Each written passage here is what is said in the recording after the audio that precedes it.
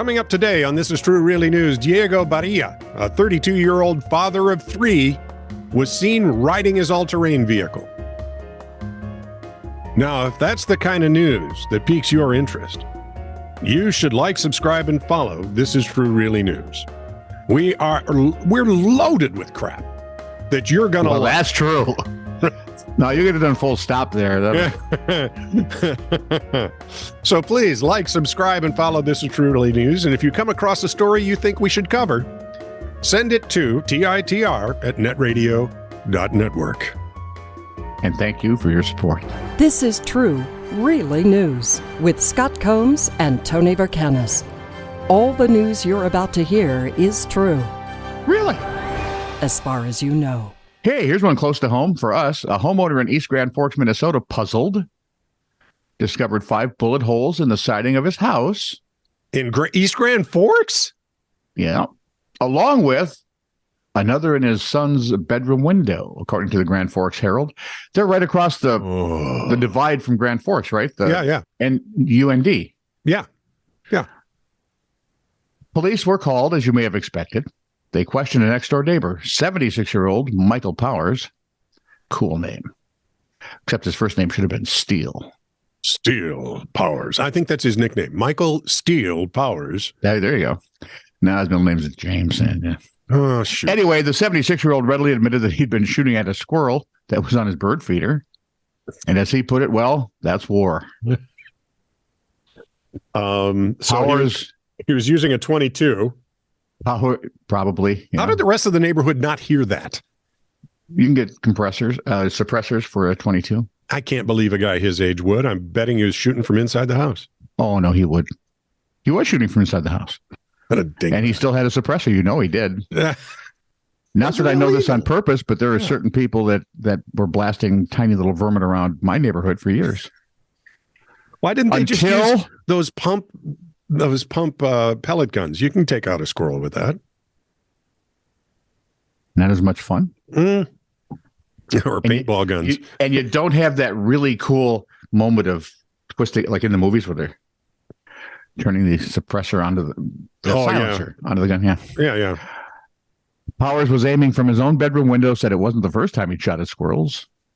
He offered to talk. I'll talk to the other guy and make it right, but officers had something different in mind. They arrested him, reckless discharge of a firearm. Brog marched him off to jail. When Powers told his wife he was being arrested, she responded, "I told you." That's a wife of a few years, man. I'm telling you right now. See, the hypothetical person I know made sure the animals were well in his yard. Mm-hmm. He was using a 22 with suppressor. Mm-hmm. And let's just say nobody ever found the bodies. I know a guy, Sheldon, who owns 70 acres up north. Up north of me, Mora. And he has That's not up north. Well, it's north of me. Good God, half the world is north of you. Southern kids. Surprised you don't have a twang, boy. That's right. So he had foxes that were getting after his chickens, and they were, if you looked out his kitchen window, everything kind of slopes away to a corner by the fence, which is where the fox burrow was. Mm-hmm. And there were cows betwixt him and the fox burrow. So what he did was set a bipod on his kitchen table with a 30-06. Oh, that'll take care of a fox. Right? And he's sighting it through, and the cows won't move, and he goes, this should go right over them. There shouldn't be a problem. Let me guess. One of the cows was playing basketball. No, not at all. As he leapt for a rebound. She? Yeah. Moo. So it was a WCNBA. No, so as the fox came out. Wait, no. It'd be the CNBA. Cow NBA? Yeah. BNBA for BNBA, bovine. Thank you. No, he took his shot. He got it. I said, was there anything left of it? He says, no, it's just a red spray. I said, great. What'd the cows do? Well, one of them looked up. Like, and it wasn't a look of concern because it's a cow. It was like, cows, huh? And I said, "How about your house?" And he goes, "Oh God, that was a bad idea. That was so loud. It would just ring right through your ears. Yeah. Right." This is why children, when you're going to blast animals out of a window, always use ear protection. Well, don't blast them out the window. That's probably illegal. At his place, it's legal. You can hunt deer on his farm. So, well, he's outside of city limits. yeah. If you're going to do it in city limits, make sure you use a small caliber. You might want a suppressor. Try not to, and do not put bullets into the neighbor's property. That's usually bad for or the neighbor. Either they would both be bad. I'd be mad if I was the other guy. 48-year-old Tony Tarduno, Anthony to his friends, saved the Hernando County, Florida Sheriff's Office the trouble of investigating after one of their patrol cars was set on fire back in December. We're talking Spring Hill, Florida here, according to WTSP TV. So Florida people. It's a Florida man, yeah. Wow. I got one of them coming up, I think. They would say Minnesota man, but they would never believe the stupid stuff that our people do. Mm-hmm. We're going to give driver's license to anybody who walks in. Oh, you should have seen what I was going through when I thought I'd lost my license. Oh. Anyway, as officers looked over the scene, Tarduno walked up, confessed to being the arsonist, saying he had been drinking at a bar, and decided he would like to start a fire.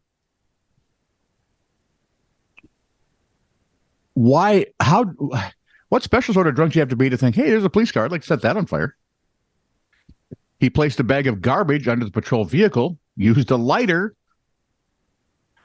I hope it was a Zippo and not a Bic, because you burn your hand. That's awful. Yeah, that's true. And besides, a Zippo won't explode if you happen to drop it there. Right.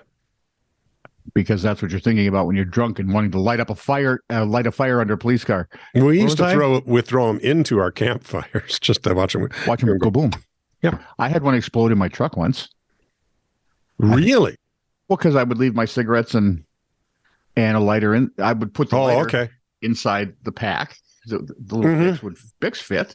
You've always done that. And it sits inside my pack. And I came out one day and the pack was shredded and there were 3 cigarettes left. And no lighter. It wasn't a great explosion because, I mean, it tore apart the pack and the cigarettes. That was it. Didn't even mess with the dashboard. Oh, wow. That's a little disappointing. I know. I was hoping for, like a gouge and something like the terrain of the moon right there. Tarduno admitted to detectives that when he gets drunk, he does stupid things. Stop getting drunk. Well, how many people do you know do the smart thing when they're drunk? Go ahead, list them off. Uh-huh. No? How many people besides you think you do the smart thing when you're drunk? I don't know. What can you give me any insight? Yeah, start at 0 and go down from there. So you've seen me drunk. Okay, fine. Everyone's seen you drunk. My son one time says, "I don't think I've ever seen you drunk, Dad." I said, "Oh, yeah, you have." Oh, yeah. When Reppert's over, you've seen me drunk. Now, my dad and mom were old when we showed up. Older. Yep. When my first grandchild was born the same age as when I was born to my father. Okay. And he's my hero. I mean, he's my dad. Of course, he's my hero. Yeah. And I told him once in later years that the kids were off playing in the corner, mine. Mm-hmm. You realize I have never seen you drunk? He said, yes, you have. And he thought, remember the Wapaka? Okay, I've seen you drunk one time when Mom had to go pick him up because he was trying that orange juice drink after a hot day of golfing. Oh, yeah. Oh, my. But he was bright enough to call Mom to come get him. Yeah. Good job, Dad. So that seems to be the only time. He said, oh, no. See, the trouble with my dad was he was a happy drunk. You know what? He was just a cheer. Yeah. I know too many that get owly. Yeah. You don't either. You don't get owly.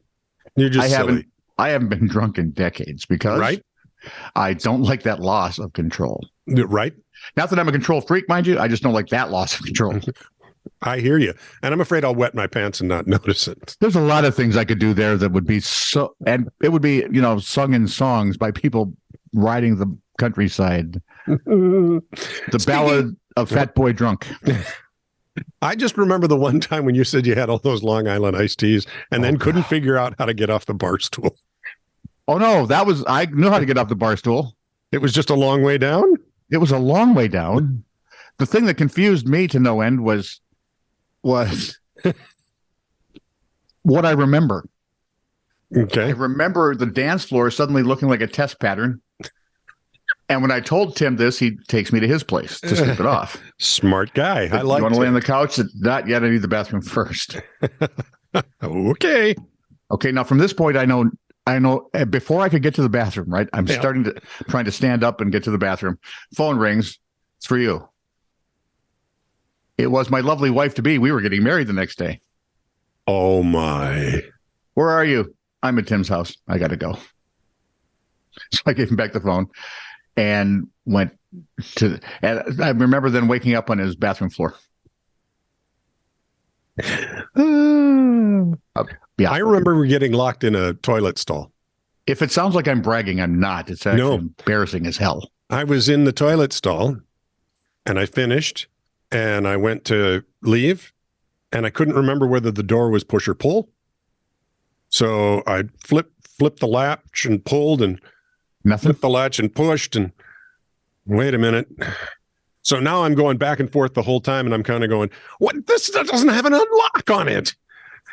I have real trouble here. I'm going to die in here. That's exactly what I thought. Of course. And then I went, flip, push, pull, flip, push. Oh, here we go.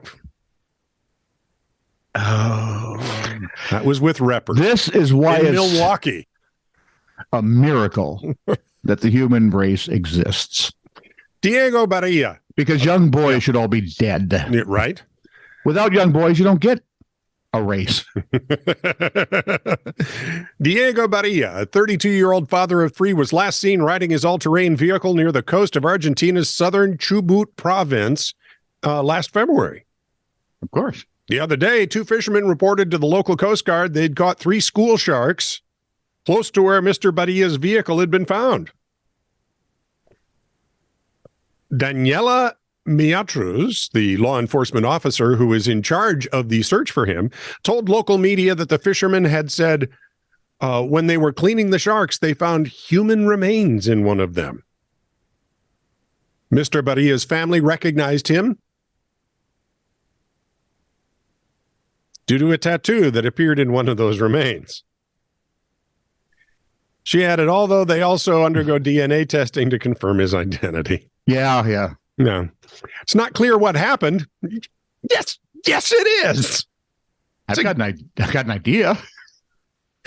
Investigations continue. Mr. Badilla's damaged vehicle was found on a beach near Orocas, Coloradas, 2 days after he disappeared. My guess is that there was a supervillain and Hulk came to fight him and he was just collateral.